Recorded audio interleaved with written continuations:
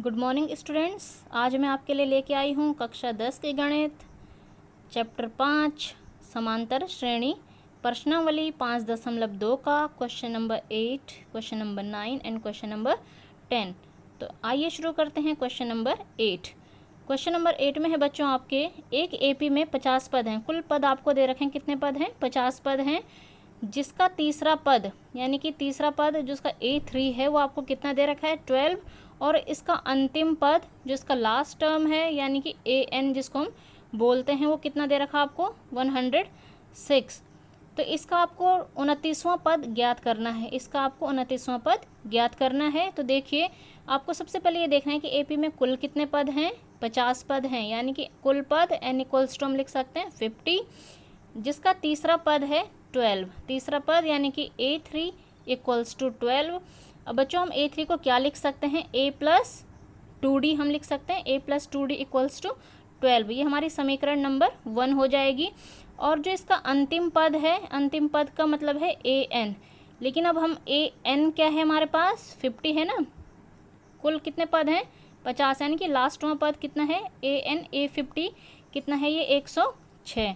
तो A50 को हम क्या लिख सकते हैं? A plus 49D equals to 106। अब हमारे पास यहाँ से बन जाएगी समीकरण, दूसरी समीकरण ये बन जाएगी।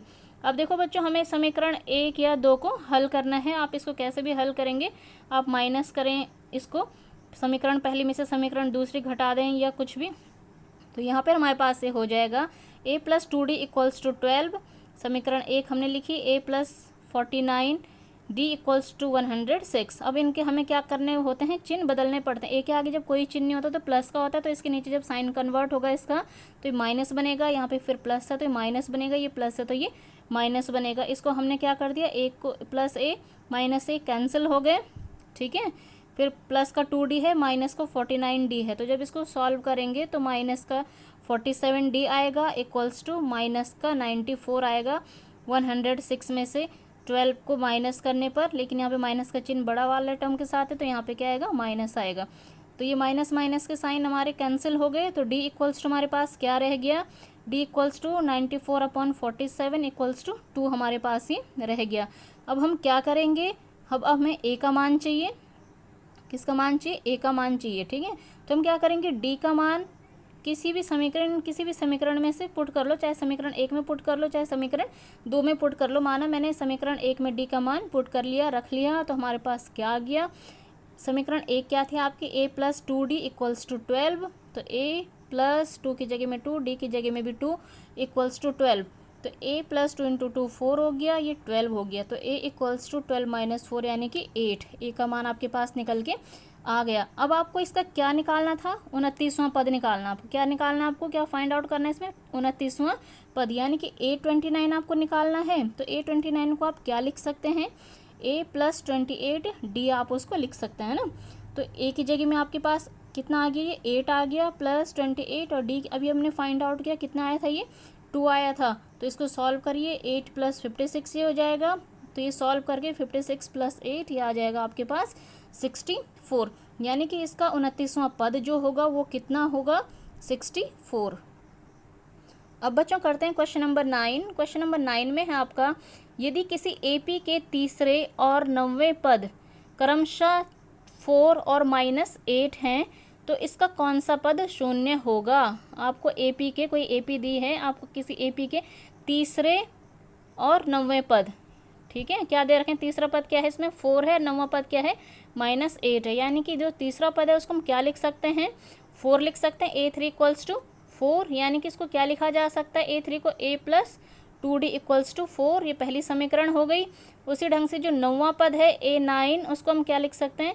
A9 इक्वल्स टू -8 दे रखा है, 9वां पद इतना है, तो A9 को हम क्या लिख सकते हैं? A plus 8D equals to -8। ये समीकरण फर्स्ट एंड सेकंड हो गई। इसको अभी हल करेंगे जैसे प्रीवियस क्वेश्चन में किया था।